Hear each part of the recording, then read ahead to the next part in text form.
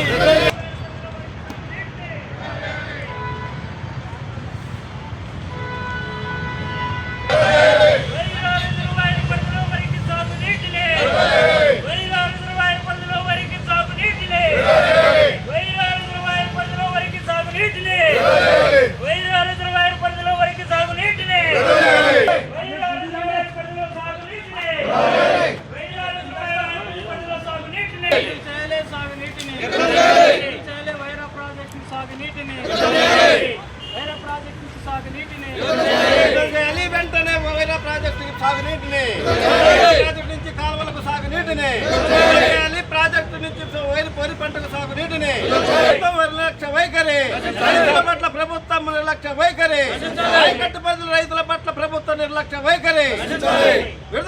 ఈరోజు మన వైరా నియోజక కేంద్రం వైరా రిజర్వాయర్ ప్రాజెక్ట్ కింద ఉన్నటువంటి 20,000 ఎకరాల సాగులో ఉన్నటువంటి వరి పంటని ఇవాళ వాటి నీళ్లు ఇవ్వాల్సినటువంటి బాధ్యత ప్రభుత్వానికి. కరువు అనే పేరుతో వైరా రిజర్వాయర్ ప్రాజెక్ట్ ఇప్పటికే 16.5 అడుగులు నీళ్లు చేరి ఉంది. వాటర్ మంచినీళ్ళ కోసం 13 అడుగులు ఉంటే సరిపోతుంది. కానీ ఇప్పటికే సీతారామ ప్రాజెక్ట్ కోసం ప్రభుత్వం చాలా ప్రతిష్టాత్మక 100 కోట్లతో వైరా ప్రాజెక్టు ఆయకట్టుకి నీళ్లు అందించడం కోసం నిర్మాణం చేపట్టామని చెప్పి ఇవాళ సీతారామ ప్రాజెక్ట్ నుంచి నీళ్లు కొన్ని రోజులు వచ్చాయి.